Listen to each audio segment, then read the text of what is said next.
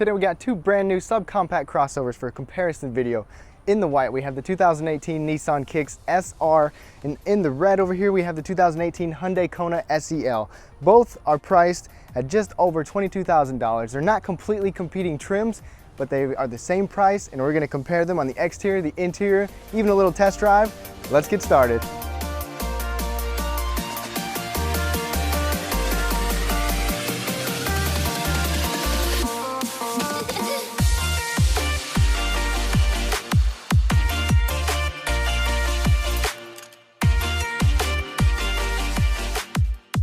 Now before we get started, if you want to see a full detailed review of each of these vehicles, I will have a full detailed review of each one plus an extended test drive with more driving impressions coming up soon after this video. I want to also give a big thank you to Hyundai Motors for sending this vehicle to review for me for the week, and for Fenton Nissan in Rockwall, Texas for providing and washing this brand new 2018 Nissan Kicks.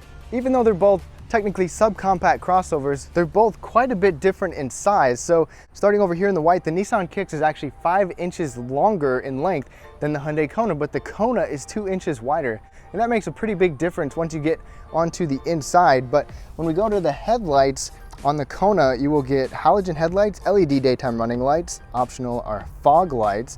And then on the Nissan Kicks, you'll get LED headlights and LED daytime running lights plus fog lights on the bottom. And then with the wheels, the Kona will give you 17-inch wheels with 215 width tires. You'll get vented front brakes and solid rear disc brakes. And then on the Kicks will give you 17-inch wheels as well with 205 width tires, vented front brakes but rear drum brakes. And in terms of the suspension, both have a strut front suspension with a torsion beam rear, but the Kona can get an independent suspension with its all-wheel drive.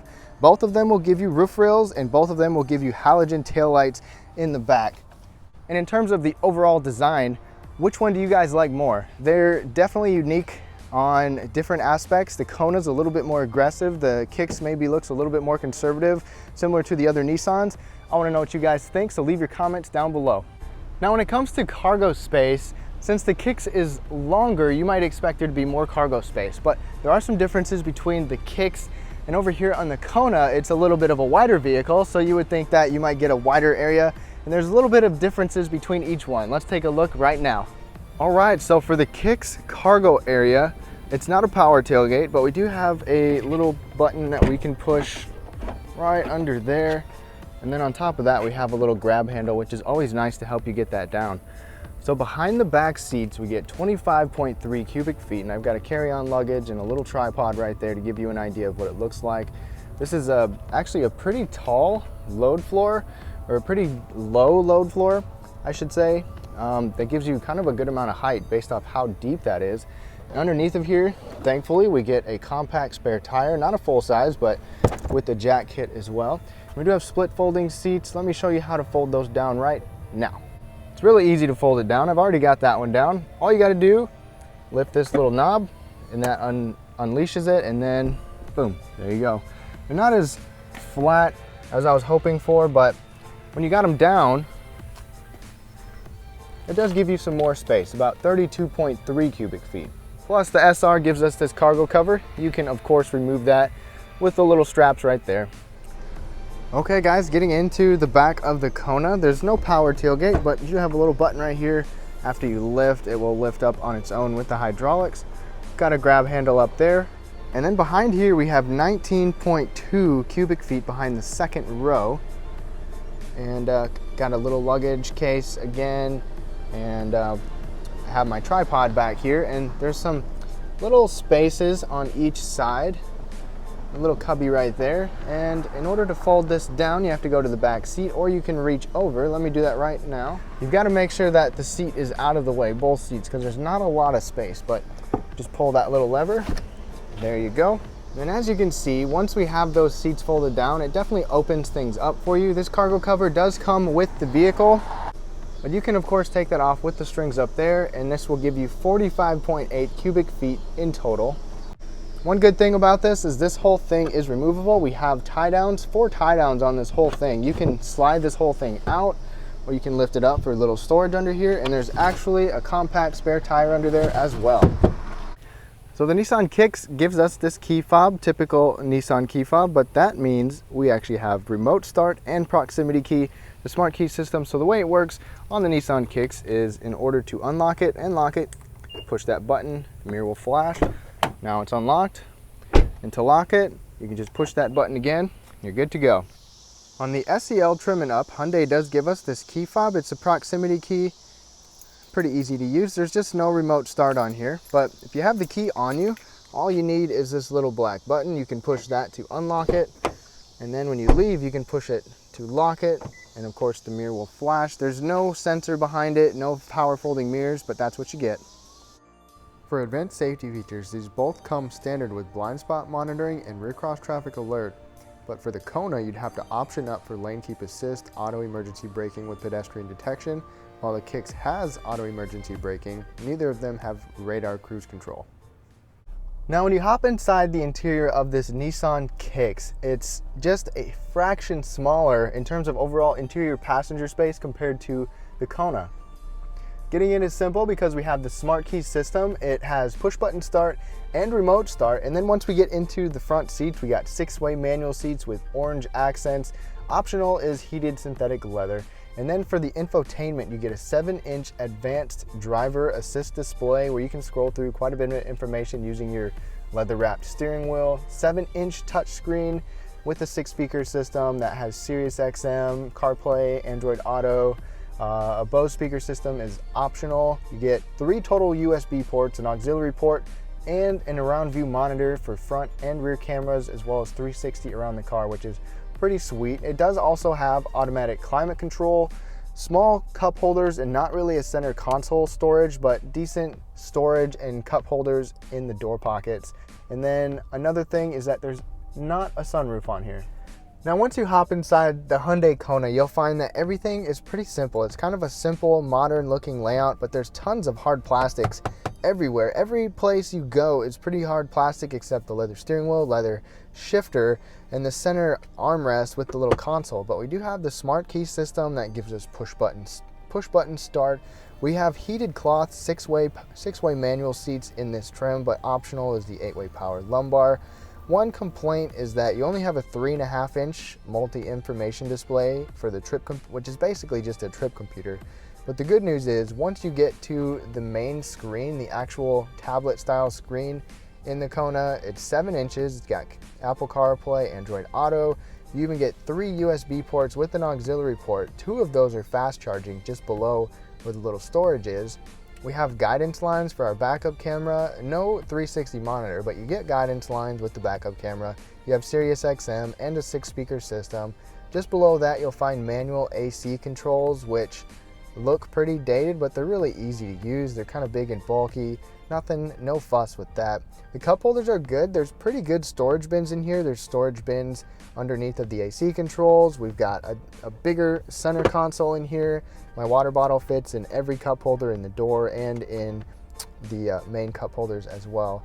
So that's always nice. And there's no sunroof in here right now, but you can get one with a tech package. So hopping into the back seat, we get the same material on the door, hard touch everywhere except this armrest with this nice soft cloth material. Do have a bottle holder down there. And as we hop inside, space is actually better than you would expect. We do have a map pocket on each seat. As far as leg space, I've actually got pretty good foot space, and I can sit behind myself at 5'9" with a little bit of space for my knees right there. One thing is that there's not a center folding armrest with a cup holder or anything right here. Like I showed you in the front, we do have the 2 USB ports right there, and then I suppose the center console could actually act as a water bottle holder. Maybe that's what it's supposed to be, but it works for me. It works for a backseat passenger. But overall, it's not a bad place to be. We do have a grab handle on each side, and then when I sit up tall, I can sit here without my head touching, and I have a little bit of room above my head. So not bad at all for a small car. Okay, hopping into the back of the Kona, we get the same hard touch materials that you get in the front. No soft materials on the door, but we do have a pretty good sized bottle holder right there. And sitting behind myself at 5'9", it's a little bit tight right here. I can fit without my knees touching, but I do actually have a decent amount of foot space, so that's good. We got map pockets on both sides, but one thing you'll notice is there's no USB ports back here, and no air vents, but we do have adjustable headrests.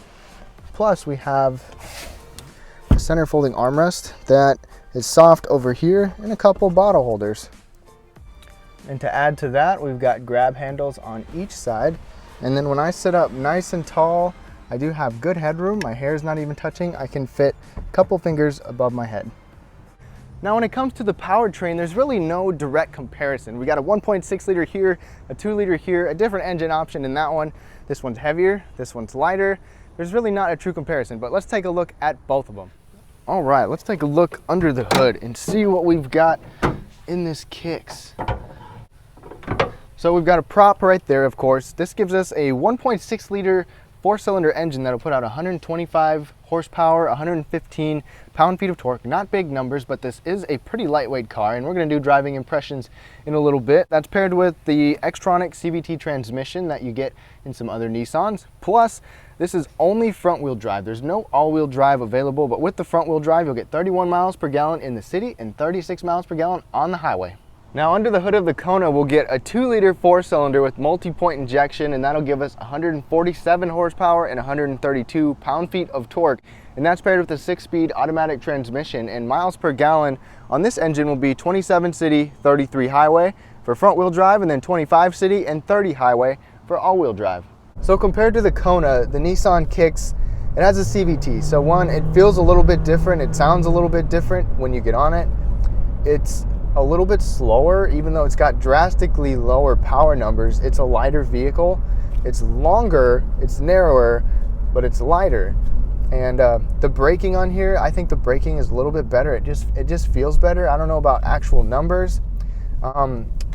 Handling is pretty similar on both. The Kona definitely feels like a bigger, heavier, brawnier vehicle, you could say, even though it's shorter in length. But the steering wheel feels good on here. It's nice and light, similar to the Kona, and you really can't complain in here. Acceleration is good enough. Braking is good. It's got a pretty soft ride, a relatively quiet ride for this class. I haven't heard any rattles. There's a little bit of apparent wind noise when you get going. And in fact, right now, we're on kind of a rougher, textured road, and it's not that loud. Of course you can hear it, but it's definitely manageable. For acceleration again, I'm gonna get on it.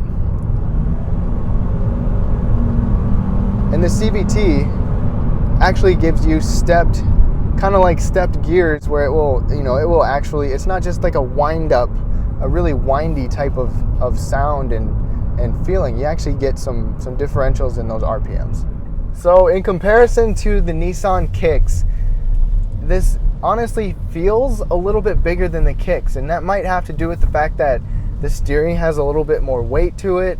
The vehicle itself just kind of feels a little bit more solid, maybe a little bit more buttoned down, except I have actually noticed a couple rattles in here coming from the passenger pillar and this B pillar by me right here. But the weight of the steering is a little bit heavier. It doesn't quite feel as light as the Kicks does. Acceleration is better in here, not drastically better, but the good thing about this is you can actually put it into a manual mode where you can kind of manually shift your own gears, which does add to the fun factor. Plus, there is a sport option where you can hit the sport button, put you in sport mode, and it'll hold the RPMs pretty good. So if you're merging into traffic, or if you need to get on the throttle a little bit more, you have the option to do that with sport mode, which is always nice.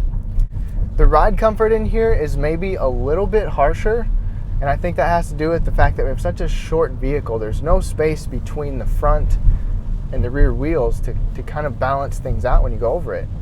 I would say the overall composure and handling, though, probably goes to the Kona. It definitely still feels pretty nimble, even though the steering's not as light. It feels planted to the road. It feels like it's got a really good balance of driving dynamics with the ride comfort and handling. The brakes do also feel pretty good, and overall, it's definitely a balanced vehicle in just about every aspect. Behind the third row, you don't have as much, behind the second row, you don't have as much space in here. Once you fold the seats down, you have more space. So a little bit of give and take with that. Definitely a small, easy to live with subcompact crossover. So in conclusion, with these two subcompact crossovers, they're both about the same price, just over $22,000. but they're not the top trim levels, or they're not comparative trim levels. The Kicks, the SR is the top trim level, and it's almost fully loaded, about as fully loaded as it gets. The Kona, on the other hand, is kind of right in the middle. There's different options that it can get. It can get quite a bit more expensive.